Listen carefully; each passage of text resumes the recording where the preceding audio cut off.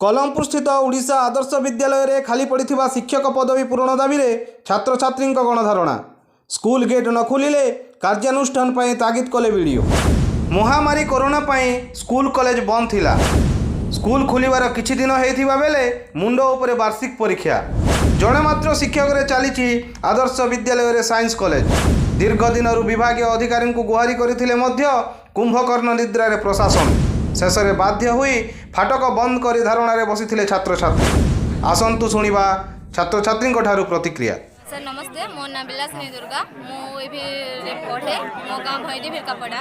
Sir मो गाँव रु कलमपुर को पाठ पढ़ाई आसूची डेली 10 किलोमीटर को साइकेल रे। हेले सर आसिक देखुची जे जड़े क्लास ही होची माने गोटे क्लास ही होची सेटा जड़े फिजिक्स सर करूछंती। सर हमर 6-6टा सब्जेक्ट आ सेटा गोटे क्लास सर आमे केमिति करिवु? हमर फ्यूचर कोन अछि सर? सर गोड़ आपण सरकार गोड़ हमर लाइफ को स्पॉइल कर दोछंती कि जदी खोलिबा नथिला ताले न खोली थांते आमे अन्य कॉलेज रे करथांते। हम सहपाठी भाई ओ भणी माने एबे केते दूर को से माने केते दूर गति कर सारी बेणी पाठ पढाबे रे। हेले आमे कोन हम तो सबटु पछरे रहि जाइछु। सर आपण को विनीत अनुरोध करूची हम ओई भी आदर्श विद्यालय को आपण जेमिति हेले भी 5टा शिक्षक आ निहाती दरकार अछि। 4 तारिख एग्जाम अछि सर, जनवरी 4 तारिख हमर एग्जाम अछि। हम एग्जाम रे लिखिबु कोन? हम तो किछि पढिनु ना, खाली फिजिक्स रे कोन एग्जाम देले हम डॉक्टर हे जिबु ना किछि नर्स हे जिबु? सर आपण आमर जीवन आम भविष्य को मारी दियंतुनी सर। मु आपण को हाथ जोड़ी आपण घनिष्ठ प्रणाम करूची। क्लास 11 छात्र आशीष नायक। आम देखलु जे क्लास 11 पढ़ापढ़ी किसी हबार नहीं। आम एडमिशन कलु किसी लाभ नहीं ना। आम चाहलु जे इति भल क्लास हवा काना हवा सेटा हवा एडी रजिस्ट्रेशन कर दिन कैनेडा जे नहीं करबा ना ऑनलाइन अधा कोर्स पले गला ना काना पढ़मा से 4 तारिख एग्जाम अच्छे। हेती आम केन्ता पाठ पढ़मा केन्ता फ्यूचर बनामा एटा हमर कैरियर सवाल है कि किसी आम आके किसी कर नहीं पारूँ से आम स्ट्राइक करूँ।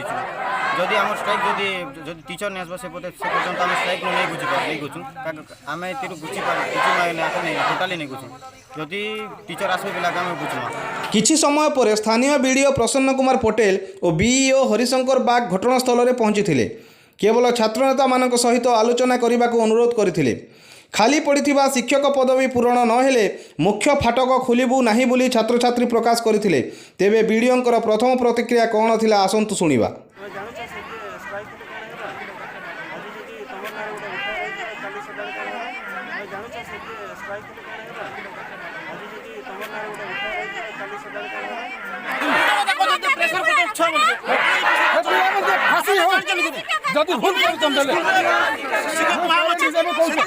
जिला प्रशासन सहित जोगाजोग करी अस्थायी भाव 5 जन शिक्षक देवाकू प्रतिश्रुति देवा परे छात्र छात्री माने आंदोलन ओहरी थिले। सूचना थाउ कि युक्त 2 विज्ञान विषय में शिक्षादान देवाई प्राथमिक विद्यालय शिक्षक दि जाइछि। पुणी ब्लॉक रु 9 जन शिक्षक ब्लॉक बाहर को ट्रांसफर होउचंती। एपरि स्थिति रे ब्लॉक सारा केमिति पाठपढ़ा चलिबो बोली साधारण रे प्रश्नवाची सृष्टि होइछि। कलमपुर स्वतंत्र संपादक रवींद्र मिश्र सहित मु माधव सुनानी, मो आदर्श टीवी।